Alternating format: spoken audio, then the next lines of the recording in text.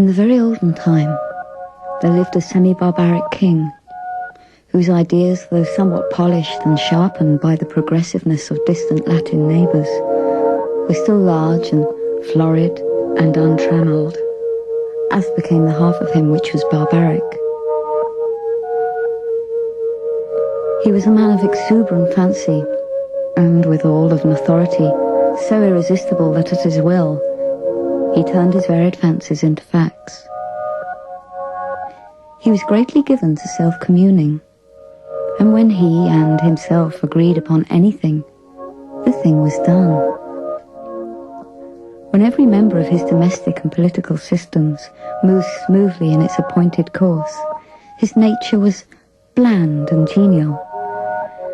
But whenever there was a little hitch, and some of his orbs got out of their orbits, he was blander and more genial still, for nothing pleased him so much as to make the crooked straight and crush down uneven places.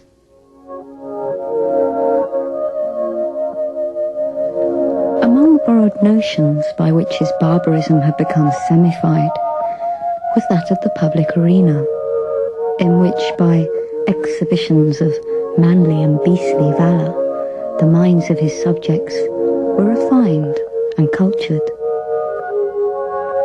But even here the exuberant and barbaric fancy asserted itself.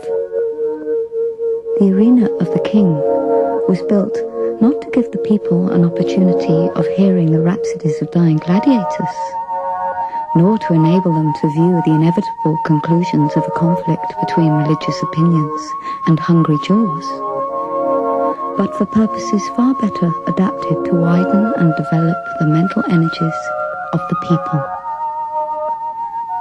This vast amphitheatre, with its encircling galleries, its mysterious vaults, and its unseen passages, was an agent of poetic justice, in which crime was punished and virtue was rewarded by the degrees of an impartial and incorruptible chance.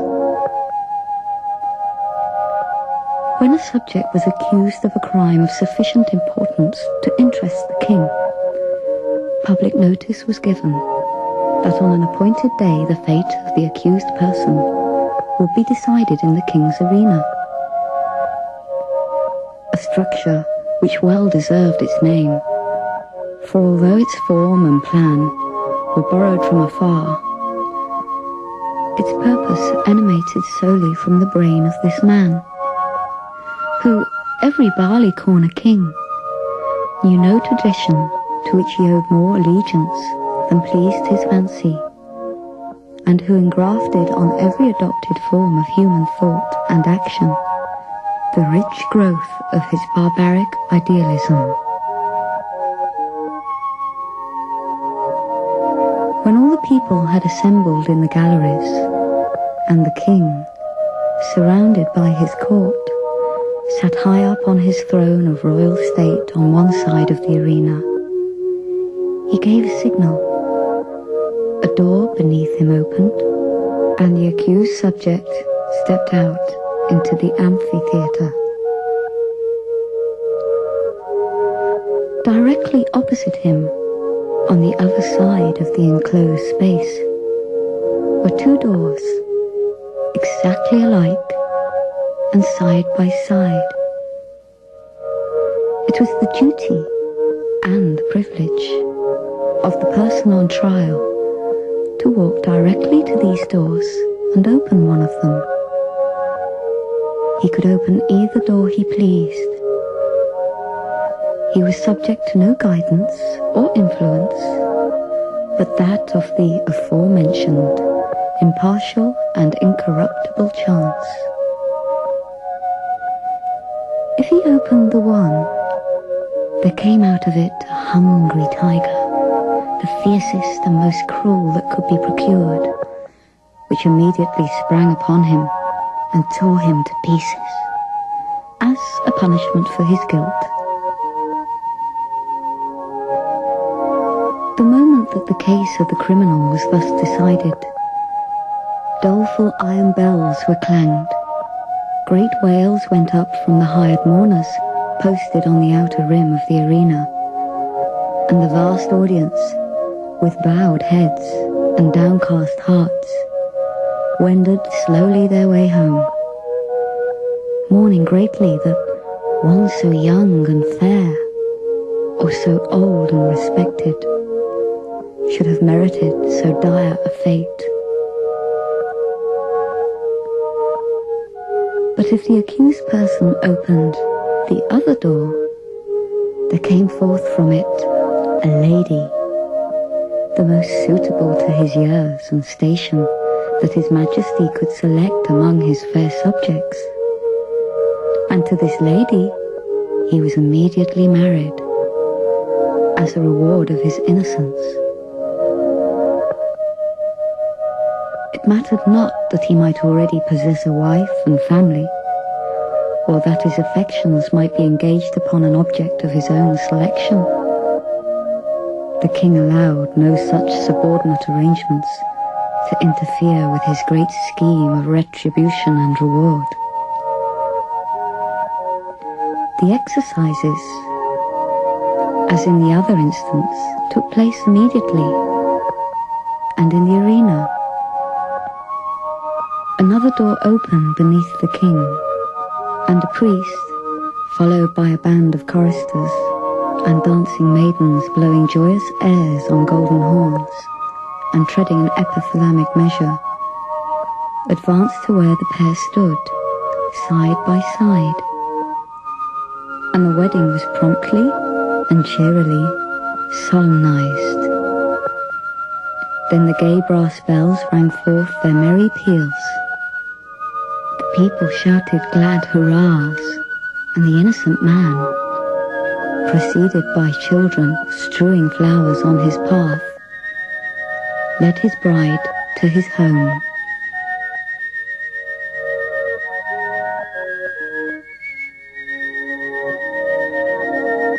This was the king's semi-barbaric method of administering justice. Its perfect fairness is obvious. The criminal could not know out of which door would come the lady. He opened either he pleased, without having the slightest idea whether, in the next instant, he was to be devoured or married. On some occasions, the tiger came out of the one door, and on some, out of the other. The decisions of this tribunal were not only fair, they were positively determinate. The accused person was instantly punished if he found himself guilty, and, if innocent, he was rewarded on the spot, whether he liked it or not. There was no escape from the judgments of the king's arena. The institution was a very popular one. When the people gathered together on one of the great trial days, they never knew whether they were to witness a bloody slaughter or a hilarious wedding.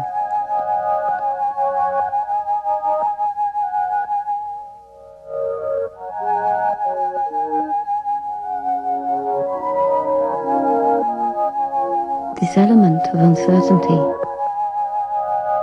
led an interest to the occasion which it could not otherwise have attained. Thus, the masses were entertained and pleased, and the thinking part of the community could bring no charge of unfairness against this plan. For did not the accused person have the whole matter in his own hands?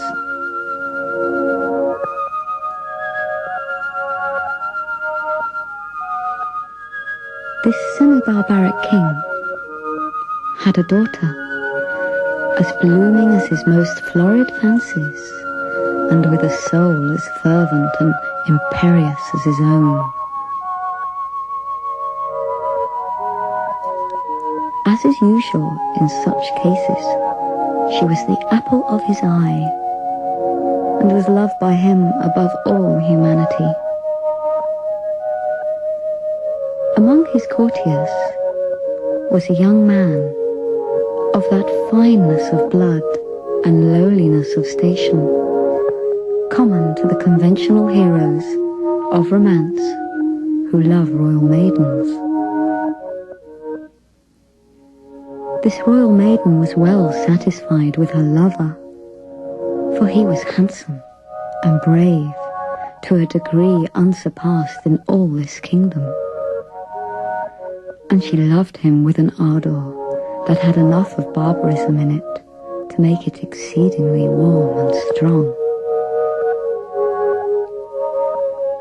This love affair moved on happily for many months, until one day the king happened to discover its existence. He did not hesitate nor waver in regard to his duty in the premises. The youth was immediately cast into prison, and a day was appointed for his trial in the king's arena. This, of course, was an especially important occasion, and His Majesty, as well as all the people, was greatly interested in the workings and developments of this trial.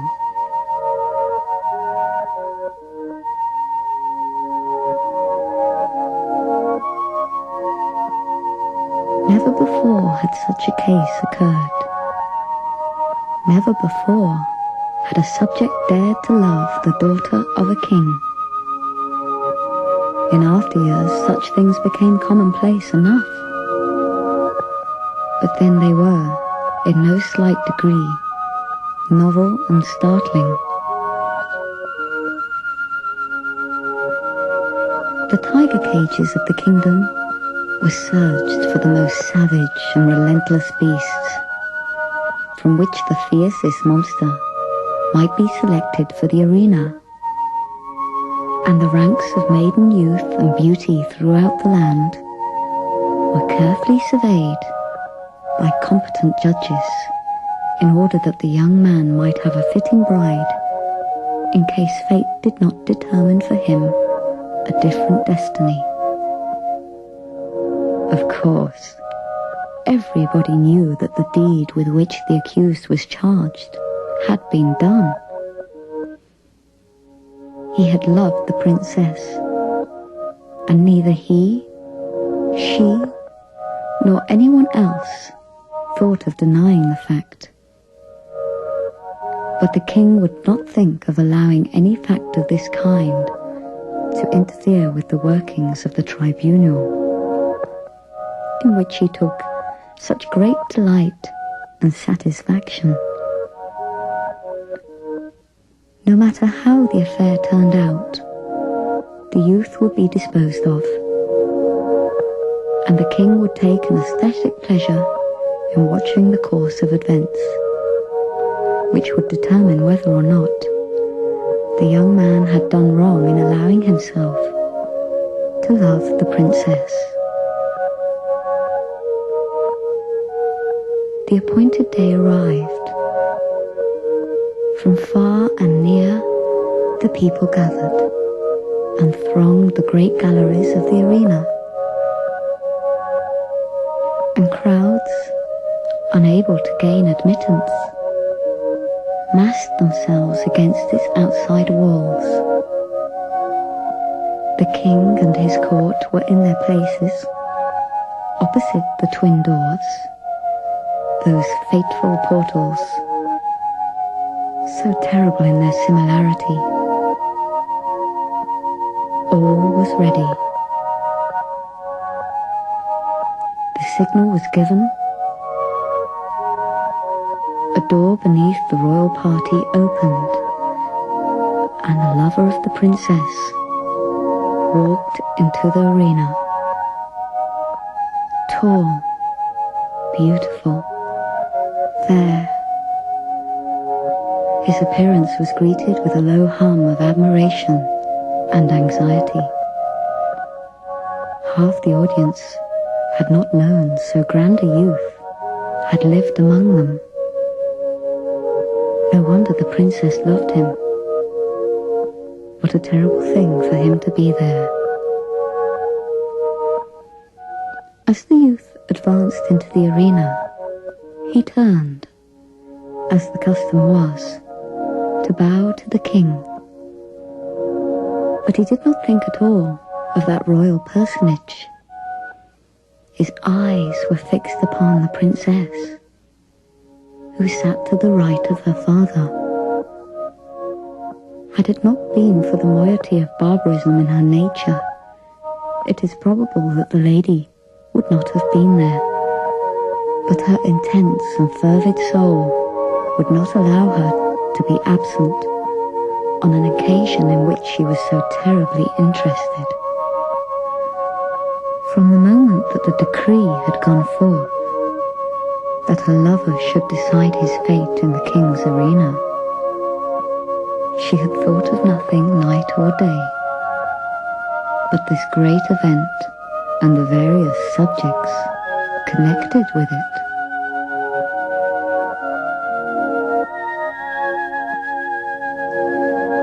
Possessed of more power, influence, and force of character than anyone who had ever before been interested in such a case,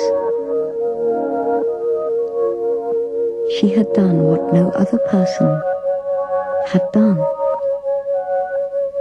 She had possessed herself of the secrets of the doors. She knew in which of the two rooms that lay behind those doors stood the cage of the tiger with its open front, and in which waited the lady. Through these thick doors, heavily curtained with skins on the inside, it was impossible that any noise or suggestion should come from within to the person who should approach to raise the latch of one of them. But gold and the power of a woman's will had brought the secret to the princess. And not only did she know in which room stood the lady ready to emerge, all blushing and radiant, should her door be opened, but she knew who the lady was. It was one of the fairest and loveliest of the damsels of the court, who had been selected as the reward of the accused youth. Should he be proved innocent of the crime of aspiring to one so far above him? And the princess hated her.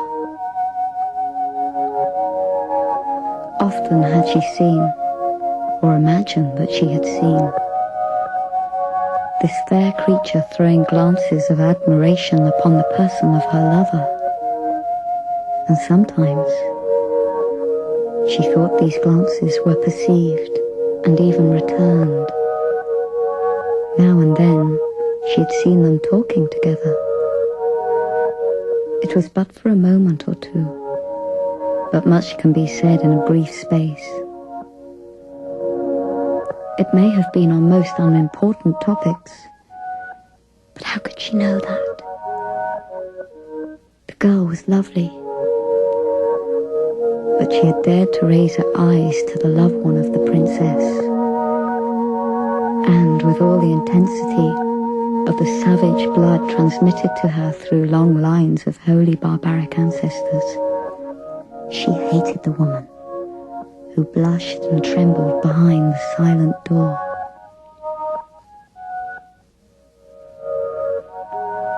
When her lover turned and looked at her, and his eye met hers as she sat there paler and whiter than anyone in the vast ocean of anxious faces about her, he saw, by the power of quick perception which is given to those whose souls are one, that she knew behind which door crouched the tiger, and behind which stood the lady. He had expected her to know it, He understood her nature.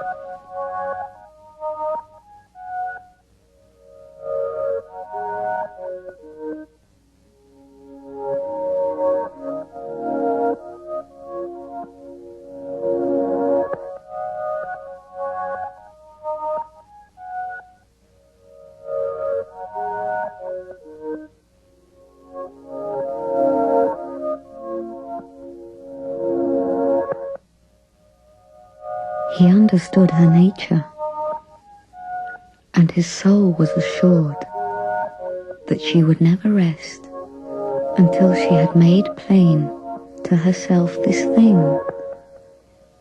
hidden to all other onlookers, even the king.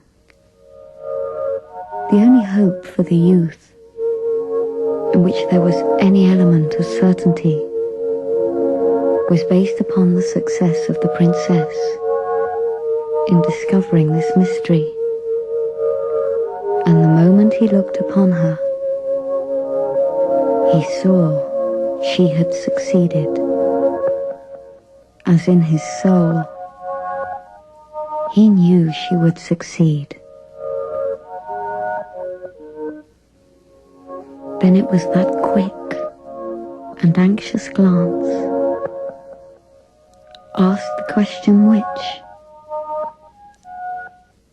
It was as plain to her as if he had shouted it from where he stood. There was not an instant to be lost.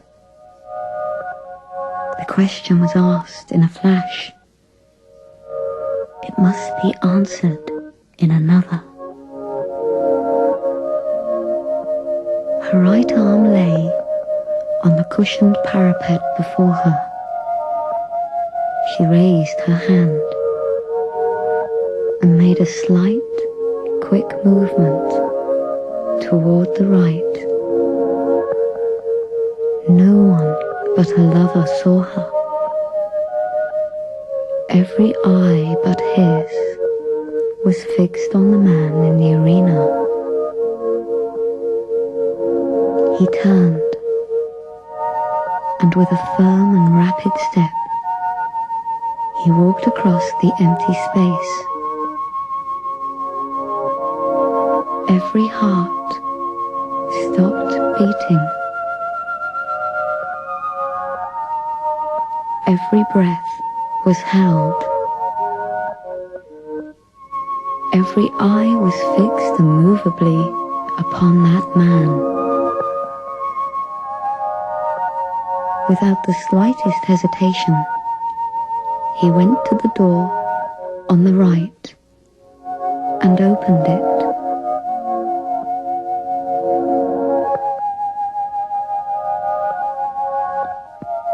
Now the point of the story is this. Did the tiger come out of that door, or did the lady? The more we reflect upon this question, the harder it is to answer. It involves the study of the human heart, which leads us through devious mazes of passion, out of which it is difficult to find our way. Think of it, fair listener, not as if the decision of the question depended upon yourself, but upon that hot-blooded, semi-barbaric princess, her soul at a white heat beneath the combined fires of desire and jealousy. She had lost him, but who should have him? How often in her waking hours and in her dreams had she started in wild horror and covered her face with her hands as she thought of her lover, opening the door on the other side of which waited the cruel fangs of the tiger. But how much oftener Had she seen him at the other door? How in her grievous reveries had she gnashed her teeth and torn her hair, when she saw his start of rapturous delight as he opened the door of the lady. How her soul had burned in agony when she had seen him rush to meet that woman, with her flushing cheek and sparkling eye of triumph, when she had seen him lead her forth, his whole frame kindled with the joy of recovered life, when she had heard the glad shouts from the multitude and the wild ringing of the happy bells,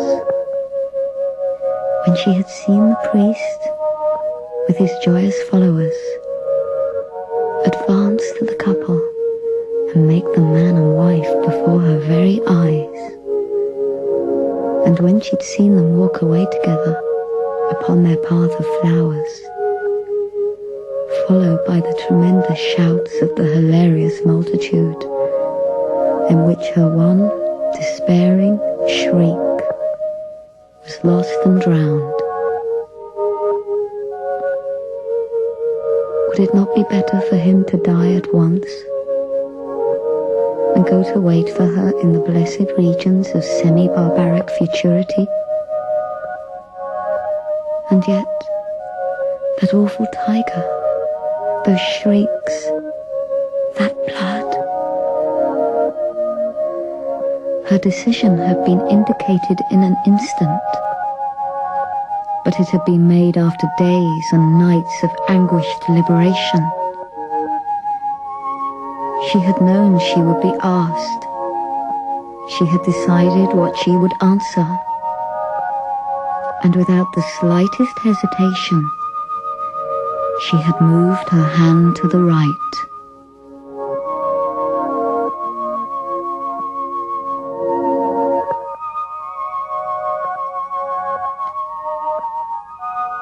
The question of her decision is one not to be lightly considered, and it is not for me to presume to set myself up as the one person able to answer it. And so I leave it with all of you. Which came out of the open door, the lady or the tiger?